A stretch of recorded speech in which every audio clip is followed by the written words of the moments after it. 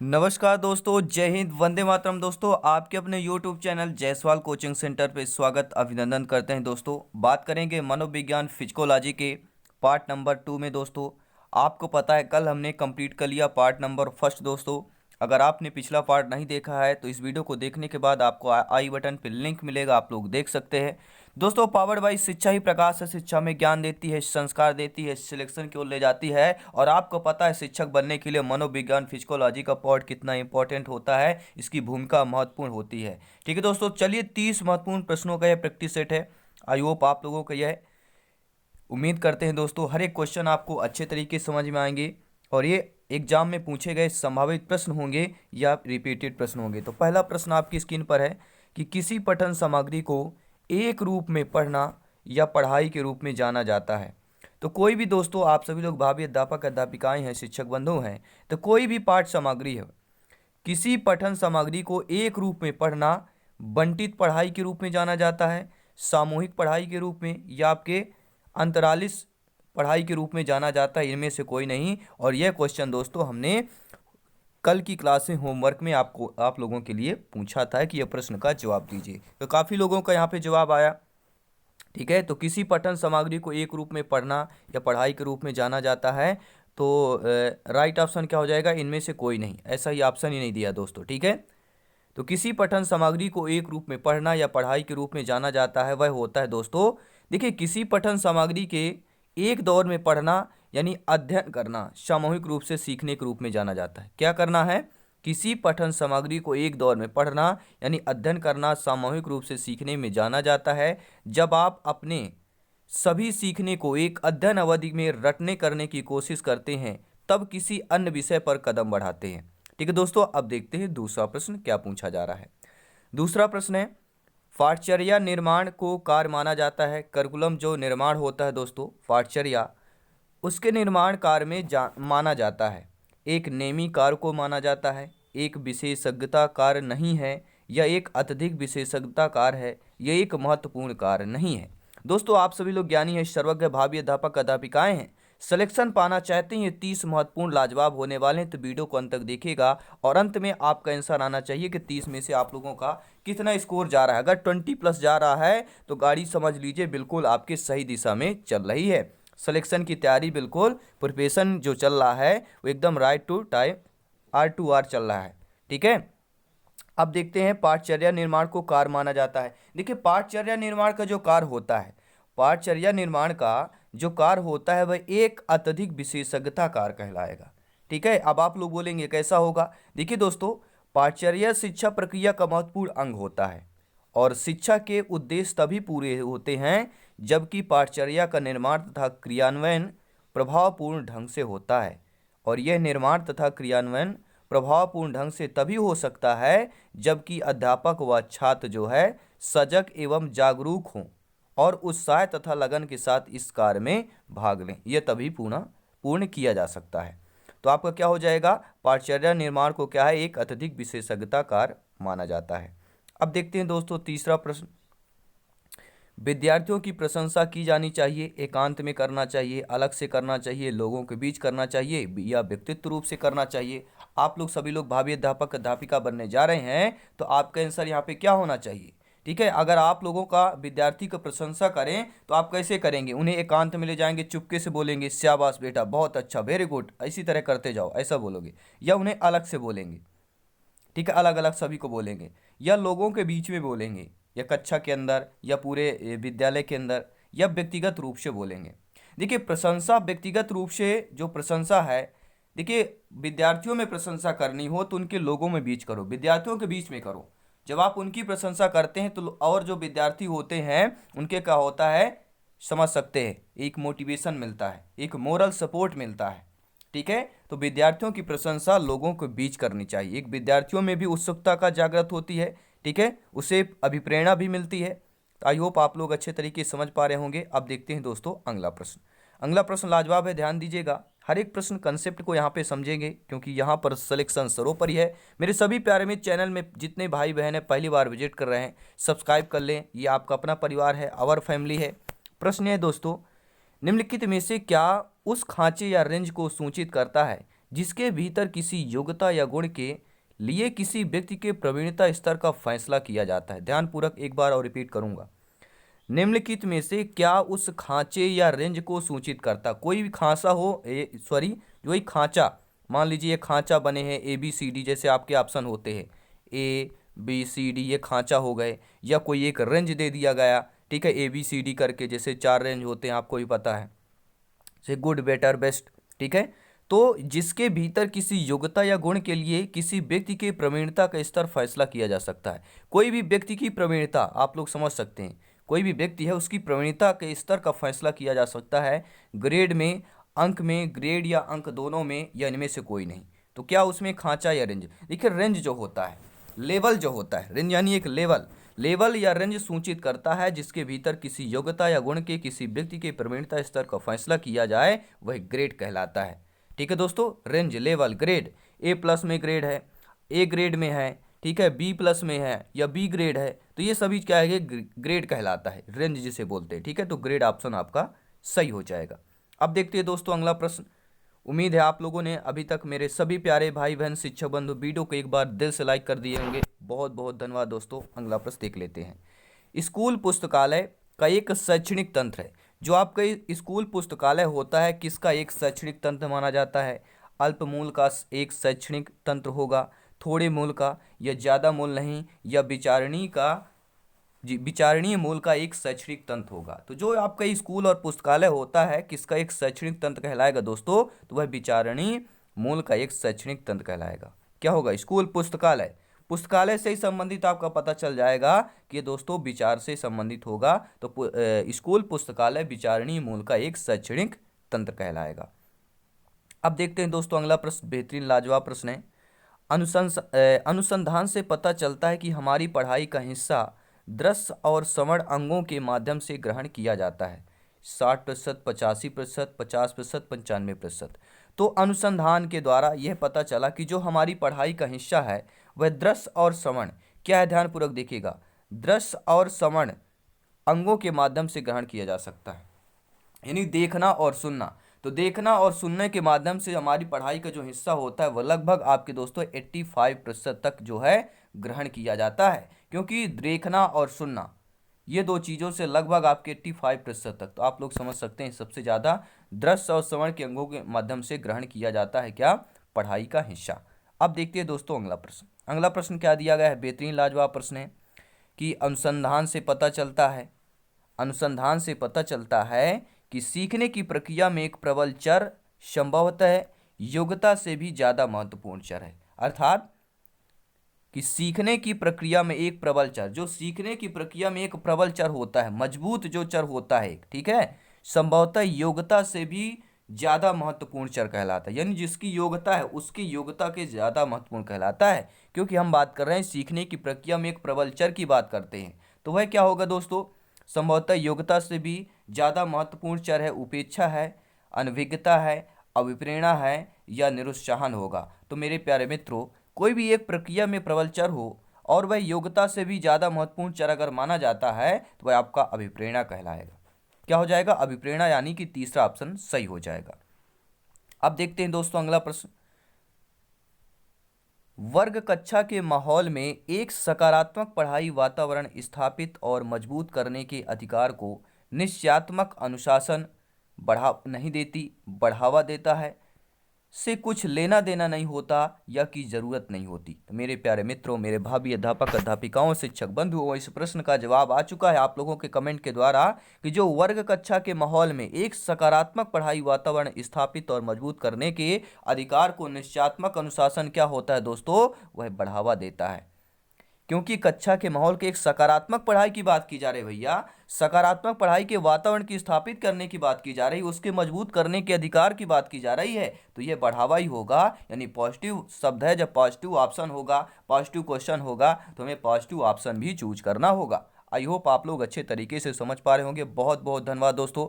माँ सरस्वती से अभिनंदना प्रार्थना है कि आप लोगों का जो सपना है वो सिलेक्शन का, वो जरूर पूरा होगा। एक बार सभी मेरे प्यारे मित्र माँ सरस्वती को अभिनंदना कीजिएगा दोस्तों, प्रार्थना कीजिएगा।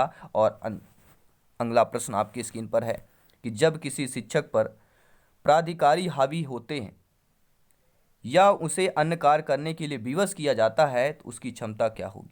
तो उसकी क्षमता कई गुना बढ़ती है, घटती है, अंशतः बढ़ती है, अप्रभावित रहती है। आप लोग जानते हैं, आप लोग भावी शिक्षक शिक्षिकाएं हैं या आपके परिवार फैमिली मेंबर में कोई ना कोई शिक्षक होंगे, तो आप लोग देखते होंगे आपके जो अधिकारी होते हैं आपसे ऊपर, वो आपके हावी होते हैं या किसी अलग कार्य से दे देते हैं कि आपको ये कार्य पूरा करना ही करना है, 2 दिन के अंदर ये फाइल आपको तैयार करनी है, ये पूरा डिटेल आपको देना है। तो उसकी क्षमता क्या होती है। देखिए कोई भी चीज़ हो, चाहे बालक हो चाहे शिक्षक हो भैया, अगर कोई भी आपका हावी होता है, और विवशता, विवशता सभी लोग जानते हैं ये पेडागोजी का नेगेटिव आपका शब्द कहलाएगा। ठीक है, तो यह क्या हो जाएगा भैया, उनकी क्या होगी, उसकी जो शिक्षकों की कार्य क्षमता होगी वह घट जाएगी।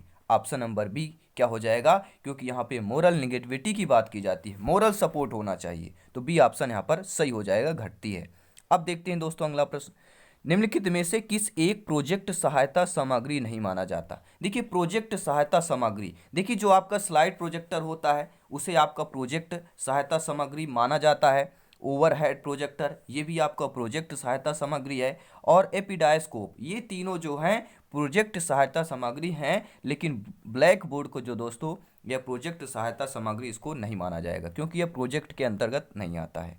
ठीक है दोस्तों, आई होप आप लोग समझ पा रहे होंगे। अब देखते हैं अगला प्रश्न, छात्रों के सही मूल्यांकन के लिए निम्नलिखित में से किस विधि का प्रयोग किया जाना चाहिए। आप सभी लोग शिक्षक बंधु हैं, शिक्षक अध्यापक अध्यापिकाएं हैं, शिक्षक शिक्षिका हैं, ये बताइए छात्रों में अगर सही मूल्यांकन करना हो तो इनमें से किस विधि का प्रयोग आप लोग करेंगे। रचनात्मक मूल्यांकन विधि का प्रयोग करेंगे, सतत मूल्यांकन का, कोर्स के अंत में मूल्यांकन का, या प्रत्येक छमाही पर मूल्यांकन करेंगे।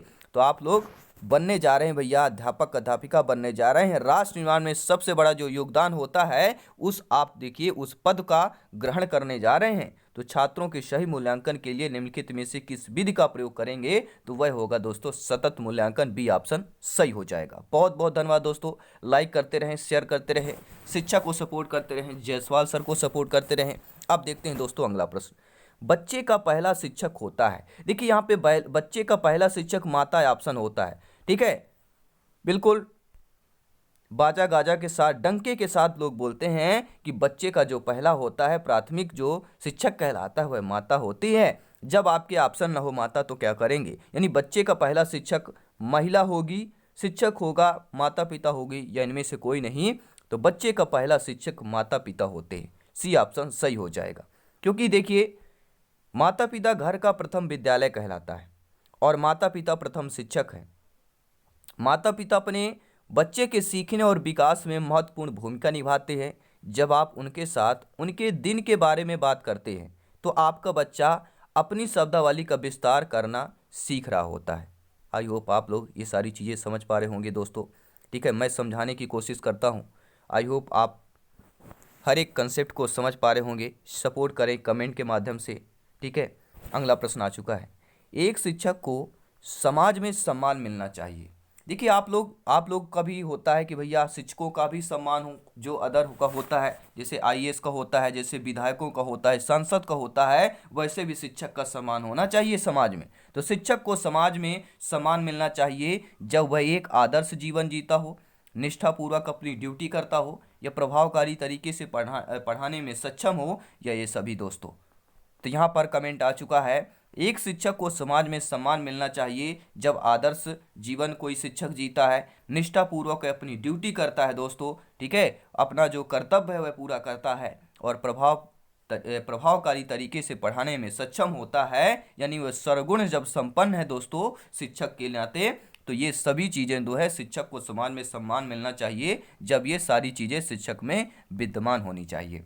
आई होप आप लोग समझ पा रहे होंगे। अब देखते हैं दोस्तों अगला प्रश्न, एक अच्छी उपलब्धि जांच का एक अभिलक्षण निम्नलिखित में से क्या नहीं होगा। दोस्तों एक अच्छी उपलब्धि जांच करना है, एक अच्छी उपलब्धि जांच का एक अभिलक्षण पूछा जा रहा है। तो एक अच्छी उपलब्धि जांच का अभिलक्षण विधि मान्यता नहीं होगा, ठीक है, विश्वसनीयता नहीं होगा, द्विअर्थकता नहीं होगा, या आपका वस्तुनिष्ठता नहीं होगा।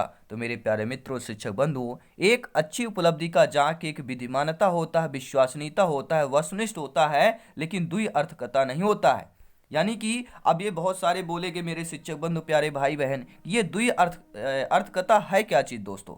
ठीक है। ये सर है क्या भैया, ये द्व्यर्थकता ये एक अर्थ का एक प्रकार है जिसमें कई व्याख्याएं प्रशंसनीय हैं। द्व्यर्थकता एक अच्छी उपलब्धि परीक्षण की विशेषता नहीं होती है। निष्पक्षता एक अच्छे परिणाम की एक महत्वपूर्ण विशेषता है और यह परीक्षण स्कोर की वैधता और विश्वसनीयता दोनों को प्रभावित करती है। ठीक है, तो आपका द्व्यर्थकता जो है ये एक अच्छी उपलब्धि जांच का अभिलक्षण नहीं कहलाएगा। अब देखते हैं दोस्तों अगला प्रश्न क्या दिया गया है। निम्नलिखित में से किसे आप अधिगम की सबसे उचित परिभाषा मानेंगे। आप लोग ज्ञानी है, सर्वज्ञ है, भावी अध्यापक अध्यापिकाएं हैं और आपका जवाब आ चुका है, कमेंट आ चुका है कि किसे आप लोग अधिगम की सबसे उचित परिभाषा मानेंगे। समस्या को हल करना यह अधिगम की सबसे उचित परिभाषा होगी, विशिष्ट हुनर का विकास या आचरण संबंधी प्रवृत्ति का विकास या इनमें से कोई नहीं। तो जवाब आ चुका है कमेंट बॉक्स में और अंत में ज़रूर बताइए 30 में से आप लोगों का स्कोर क्या है। और ये नॉलेजेबल वीडियो है कि नहीं दोस्तों, ये भी आप सपोर्ट करें, फीडबैक करें। जितना अच्छा फीडबैक होगा उतना ही अच्छा कंटेंट बनाने की हम कोशिश करते हैं। ठीक है, स्टडी मटेरियल आप तक पहुंचाने की कोशिश करते हैं क्योंकि यहाँ पर सिलेक्शन सर्वोपरि है। हम उतने पूरी तरह से हेल्प करना चाहते हैं जो आपका सपना है सिलेक्शन का पूरा हो। तो दोस्तों आप अधिगम की सबसे उचित परिभाषा किसे मानेंगे, वह परिभाषा है दोस्तों इनमें से कोई नहीं। देखिए, व्यवहार जो है पैटर्न का संशोधन सीखने की सबसे पर्याप्त परिभाषा होती है। क्या होती है? व्यवहार पैटर्न का संशोधन सीखने की सबसे पर्याप्त परिभाषा है। यानी सीखना नए ज्ञान को प्राप्त करने या मौजूद ज्ञान, व्यवहार, कौशल, मूल्यों या वरीयताओं को संशोधित करने की प्रक्रिया है। साक्ष्य जो सीखने में हुआ है वह सरल से जटिल व्यवहार में परिवर्तन के लिए हो सकता है। एक उंगली को हिलाने से लेकर सूचना को संश्लेषित करने में कौशल या दृष्टिकोण में परिवर्तन तक होता है। तो आई होप आप लोग समझ पा रहे होंगे। बहुत बहुत धन्यवाद दोस्तों। अगला प्रश्न है, वीडियो को अंत तक देखिए, वॉच करिए और बेहतर एक्सपीरियंस लेके जाइए। दोस्तों, शिक्षा का मुख्य उद्देश्य होता है कि व्यक्ति के या की विकास करना चाहिए। तो शिक्षा का मुख्य उद्देश्य क्या होता है?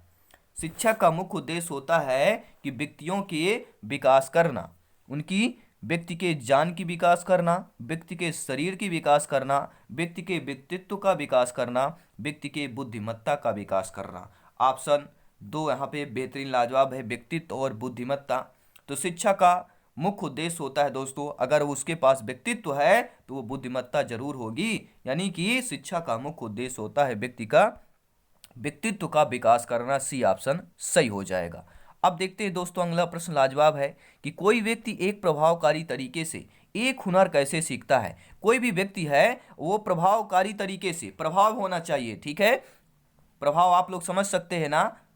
जी हाँ, कोई भी व्यक्ति एक प्रभावकारी तरीके से एक हुनर कैसे सीखता है। हुनर की बात कर रहे हैं।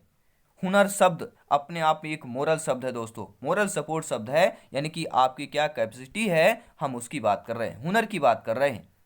ठीक है, तो अवलोकन करके, सुन करके, पढ़कर या खुद करके। तो मेरे प्यारे मित्र, एक प्रभावकारी तरीके से एक हुनर कैसे सीखता है।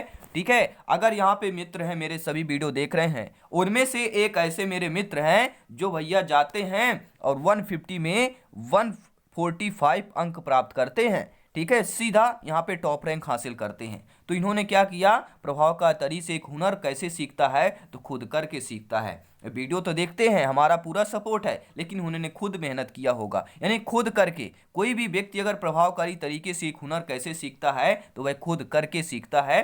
ठीक है दोस्तों, क्योंकि जो स्वयं किया गया कार्य होता है वह जन्मों जन्मांतर तक याद रहता है, कंठस्थ रहता है। जी हाँ दोस्तों, प्रैक्टिकली बहुत ही इंपॉर्टेंट होता है। अब देखते हैं अगला प्रश्न। शिक्षा को किसी व्यक्ति की अपनी जिंदगी बनाने में सक्षम बनाने वाली होनी चाहिए। शिक्षा को किसी व्यक्ति की अपनी जिंदगी बनाने में सक्षम बनाने वाली होनी चाहिए, बेहतर होनी चाहिए, संतोषजनक होनी चाहिए, सार्थक होनी चाहिए, या सभी संबंधितों के लिए महत्वपूर्ण होनी चाहिए। तो शिक्षा को किसी व्यक्ति की अपनी जिंदगी बनाने में सक्षम बनाने वाली कैसी शिक्षा होनी चाहिए, तो वह सभी संबंधितों के लिए महत्वपूर्ण होनी चाहिए दोस्तों। डी ऑप्शन सही हो जाएगा। अब देखते हैं दोस्तों अगला प्रश्न क्या दिया गया है। वर्णमाला की पहचान जो है कितने वर्ष के आयु में शुरू हो जाती है। यानी बालक जो होते हैं, बालक शिक्षार्थी विद्यार्थी होते हैं जो, वो कितने वर्ष के आयु में होते हैं कि वो वर्णमाला की पहचानना शुरू कर देते हैं। 6 वर्ष के बालक में, 5 वर्ष के, 4 वर्ष के या 3 वर्ष के। तो दोस्तों राइट ऑप्शन होगा वर्णमाला की पहचान जो है दोस्तों 4 वर्ष की आयु में बच्चे जो है शुरू हो जाता है, करने लगते हैं। 4 वर्ष का है तो वह वर्णमाला की पहचान शुरू कर देते हैं, यानी तीसरा ऑप्शन सही हो जाएगा। अब देखते हैं दोस्तों अगला प्रश्न। मनोविज्ञान सामान्यतया मानव से संबंधित होता है। हम मनोविज्ञान फिजिकोलॉजी की बात करते हैं, ये सामान्यतः जनरल जो है मानव से संबंधित होता है, मानव की भावनाओं से संबंधित होता है, विचारों से, आचरण से, या इन सभी से संबंधित होता है। तो मनोविज्ञान जो फिजिकोलॉजी होता है दोस्तों वह नॉर्मल तौर से जो है जनरल में वह आपका देखिए भावनाओं से संबंधित होता है, विचारों से भी होता है और आचरण से भी होता है, यानी कि फोर्थ ऑप्शन आप लोगों का सही हो जाएगा। अब देखते हैं दोस्तों अगला प्रश्न क्या दिया गया है। शब्द आपका आइडेंटियल एलिमेंट्स यानी कि समान तत्व। तो आपका जो शब्द दिया है आइडेंटियल और एलिमेंट्स जो है गहन संबंध रखता है। किससे गहन संबंध रखता है? समान परीक्षा प्रश्न से, सहयोगियों से, ईर्ष्या से, अधिगम स्थानांतरण से, या दोस्तों समूह निर्देशन से। तो जो शब्द आइडेंटियल एलिमेंट्स है यानी समान जो तत्व है ये कि गहन किससे संबंध रखता है? तो जब हम गहन की बात करते हैं तो हमारा अधिगम स्थानांतरण से संबंधित हो जाएगा दोस्तों, सी ऑप्शन सही हो जाएगा। अब देखते हैं दोस्तों अगला प्रश्न, लाजवाब प्रश्न है, सिलेक्शन वाला प्रश्न है, ध्यानपूर्वक देखिएगा कि छोटा शिशु खिलौने तथा अन्य वस्तुओं को फेंक कर उसके भागों को अलग करके किस भाव को दर्शाता है?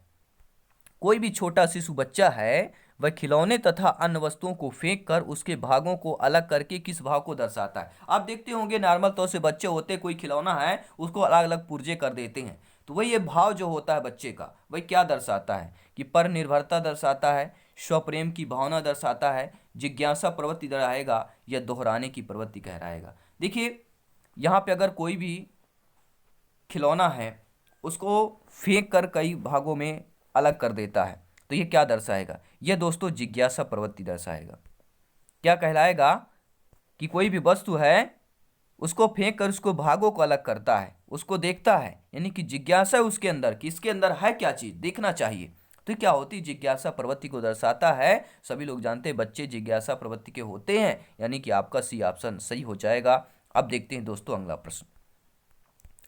अगला प्रश्न लाजवाब है कि स्फूर्ति अवस्था कहा जाता है। स्फूर्ति की अवस्था की बात कर रहे हैं, ठीक है। शैशवावस्था को कहा जाता है, किशोरावस्था को, प्रौढ़ावस्था को, या आपके बाल्यावस्था को कहा जाता है। तो उस स्फूर्ति अवस्था किसे कहा जाता है? सभी लोगों का कमेंट आ चुका है कि स्फूर्ति की अवस्था दोस्तों कोई और नहीं आपकी बाल्यावस्था को कहा जाता है। जब बच्चे बाल्यावस्था में होते हैं यानी लगभग आपके 6 से लेकर 12 वर्ष तक के जब बच्चे होते हैं तो इस अवस्था में बच्चे क्या होते हैं? स्फूर्ति होती हैं, ताजे और दुरुस्त होते हैं, यानी कि इनका जो मन होता है, इनका जो शरीर होता है, स्फूर्ति होती है, स्ट्रांगता जो होती है दोस्तों वो बेहतरीन लाजवाब आपके बाल्यावस्था में होती है। बहुत बहुत धन्यवाद दोस्तों। अगला प्रश्न आ चुका है। बहुत बहुत उम्मीद है आप लोगों का हर एक क्वेश्चन, हर एक कंसेप्ट आप समझ पा रहे होंगे। प्रतिबिंब, अवधारणा, प्रतीक एवं संकेत, भाषा, शारीरिक क्रिया और मानसिक क्रिया अंतर्निहित है। देखिए दोस्तों प्रतिबिंब, अवधारणा, प्रतीक, संकेत, भाषा, शारीरिक क्रिया और मानसिक क्रिया अंतर्निहित है। किससे अंतर्निहित है भैया? अनुकूलन से है, प्रेरक पेशी विकास से है, समस्या समाधान से है, या आपकी विचारात्मक प्रक्रिया से है। तो प्रतिबिंब, अवधारणा, प्रतीक, संकेत, भाषा, शारीरिक क्रिया, मानसिक क्रिया ये दोस्तों आपके अंतर्निहित है, ये विचारात्मक प्रक्रिया से अंतर्निहित कहलाएंगे। ठीक है दोस्तों, आपका डी ऑप्शन सही हो जाएगा। अगला प्रश्न पूछा जा रहा है कि वातावरण वह बाहरी शक्ति है जो हमें प्रभावित करती है। किसने कहा? वुडवर्थ ने, रॉस ने, एनास्टसी ने, या किसी ने नहीं। तो वातावरण वह बाहरी शक्ति है जो हमें प्रभावित करती है दोस्तों, किसने कहा था? देखिए वातावरण वह बाहरी शक्ति है जो प्रभावित करती है, इनको प्रभावित रॉस नहीं आता है, यानी कि आपका बी ऑप्शन यहाँ पर सही हो जाएगा। ठीक है, कई जगह दोस्तों वुडवर्थ भी दिया है, आप लोगों को देखेंगे। ठीक, कई सारे बुक में मैंने देखा वुडवर्थ भी दिया है, लेकिन हमने जहाँ पे खोजा और समझा यहाँ पे तो बी ऑप्शन यहाँ पे सही हो जाएगा। जो भी आपको ओपिनियन हो तो कमेंट बॉक्स में जरूर बताइएगा। अगला प्रश्न देख लेते हैं। बुद्धि परीक्षण निर्माण के जन्मदाता माने जाते हैं दोस्तों। तो सभी लोग जानते होंगे जब भी हम बुद्धि परीक्षण की बात करते हैं, उनके निर्माण की जन्मदाता की बात करते हैं तो अल्फ्रेड बिने, प्रोफेसर अल्फ्रेड बिने सबसे नंबर 1 पे आते हैं। तो बुद्धि परीक्षण निर्माण के जन्मदाता अल्फ्रेड बिने माने जाते हैं, क्योंकि दोस्तों इससे बुद्धि परीक्षण संबंधित एक कुछ लॉजिकल है, कंसेप्ट है, समझ लेते हैं कि भारत में भी सर्वप्रथम बुद्धि परीक्षण का निर्माण राइस ने किया था। कब किया था? 1922 में बिने की मापनी का भारतीय अनुकूलन किया था। किसके? बिने की मापनी का। और इस परीक्षण का नाम हिंदुस्तानी बिने परफॉर्मेंस पॉइंट स्केल रखा गया। और जलोटा ने 1951 में एक सामूहिक विधि परीक्षण का निर्माण किया। सन 1953 में भाटिया ने एक निष्पादन बुद्धि परीक्षण यानी कि परफॉर्मेंस इंटेलिजेंस टेस्ट का निर्माण किया था। ठीक है, ये कुछ डिटेल था, यहाँ से भी प्रश्न आ सकता है अगर ज़्यादा हाई लेवल के प्रश्न आते हैं तो। वैसे ये लेवल फर्स्ट वाले हैं, ग्रेड फर्स्ट वाले क्वेश्चन है। अब देखते हैं अगला प्रश्न। संवेदना ज्ञान की पहली सीढ़ी है किसका? यह कथन है, यह मानसिक विकास का कथन है, शारीरिक है, ध्यान है, भाषा है। देखिए संवेदना की जब भी बात कर दी गई तो संवेदना शब्द अपने आप में मानसिक कहलाता है। संवेदना शब्द ही आपकी मानसिक है, यानी संवेदना ज्ञान की पहली पीढ़ी का यह कथन यह आपके मानसिक विकास का कथन कहलाएगा। दोस्तों पहला ऑप्शन सही हो जाएगा। अब देखते हैं अगला प्रश्न कि व्रिजेज के अनुसार उत्तेजना भाग है, सामाजिक विकास का भाग है, शारीरिक विकास का भाग है, संवेगात्मक विकास का भाग है, या आपके मानसिक विकास का भाग है। तो दोस्तों व्रिजेज, जी हाँ, मनोवैज्ञानिक व्रिजेज के अनुसार जो है उत्तेजना जो भाग है ये संवेगात्मक विकास का भाग है। ठीक है, राइट ऑप्शन आपका सी ऑप्शन सही हो जाएगा। अब देखते हैं दोस्तों अगला प्रश्न, मानव विकास के संबंध में कौन सा कथन गलत है? तो जब भी मानव विकास के संबंध में कथन दिया गया हो कि विकास पूर्वानुमेय होता है, विकास सामान्य से विशिष्ट की ओर होता है, विकास रेखीय होता है, विकास निरंतर होने वाली प्रक्रिया है, तो मानव विकास के संबंध में गलत कथन यानी कि नेगेटिव शब्द पहचानना है। तो गलत कथन सभी लोग जानते हैं कि विकास एक रेखीय होता है। देखिए रेखा एक सीधी रेखा होती है, तो विकास समान नहीं होता है, सभी में अलग अलग व्यक्तिगत विभिन्नताएं पाई जाती हैं। तो मानव में जो विकास है कि वह एक रेखीय होता है, ये आपका कथन जो है गलत दिया गया है दोस्तों। ठीक है, पूर्वानुमेय होता है, ठीक है, सामान्य से विशिष्ट की ओर होता है, और ये निरंतर ठीक है, लेकिन एक रेखीय आपका मानव विकास के संबंध में कथन गलत दिया गया है। अब देखते हैं दोस्तों इस प्रैक्टिस सेट का तीसवां प्रश्न कि तर्क, जिज्ञासा तथा निरीक्षण शक्ति का विकास होता है किस आयु पर होता है? 7 वर्ष, 11, 9 वर्ष, 6 वर्ष। तो बालक या बालिका, शिक्षार्थी, विद्यार्थी में तर्क और जिज्ञासा निरीक्षण शक्ति का विकास जो है किस आयु पर होता है? तो जब बच्चा 11 वर्ष यानी उत्तर बाल्यावस्था में जब बच्चा होता है तो वह तर्क, जिज्ञासा और निरीक्षण शक्ति का विकास हो जाता है बाल्यावस्था में, और उत्तर बाल्यावस्था में आ जाएगा दोस्तों। ठीक है, तो आई होप यह क्वेश्चन आप लोगों को अच्छे तरीके से समझ पाए होंगे। बहुत बहुत धन्यवाद दोस्तों इन क्वेश्चनों को देखने के लिए। और अंतिम प्रश्न आपके एक प्रैक्टिस सेट में है, होमवर्क में क्वेश्चन दे रहे हैं, ध्यानपूर्वक देखिएगा कि शारीरिक विकास का क्षेत्र है, स्नायु मंडल है, मांसपेशियों में वृद्धि है, आपका एंडोक्राइन ग्लैंड्स है, या उपरोक्त सभी हैं। तो शारीरिक विकास का क्षेत्र कौन कौन माने जाते हैं आप लोगों को नीचे कमेंट बॉक्स में बताना है। ये आप लोगों के लिए मॉक टेस्ट है, और देखते हैं ये इस मॉक टेस्ट में कितने लोग सफल हो पाते हैं आंसर आना। आंसर जरूर कमेंट बॉक्स में कीजिए, चाहे कोई भी हो, गलत सही हो नहीं हो, ये नहीं मायने रखता। मायने रखता है आपका कॉन्फिडेंस क्या कहता है, मायने रखता है आपका कॉन्फिडेंस कि आप लोग कमेंट करते हैं और आप लोगों का दिल क्या कहता है। ये कॉन्फिडेंस बहुत इंपॉर्टेंट होता है। जब क्या आपके अंदर कॉन्फिडेंस आता है तो अपने आप क्वेश्चन सही होने लगते हैं, और सिलेक्शन बिल्कुल 101% तय एंड श्योर एंड प्योर है। दोस्तों हमेशा हंसते रहिए, मुस्कुराते रहिए। जल्दी मिलते हैं नेक्स्ट क्लास पर। धन्यवाद सभी का। जय हिंद, वंदे मातरम।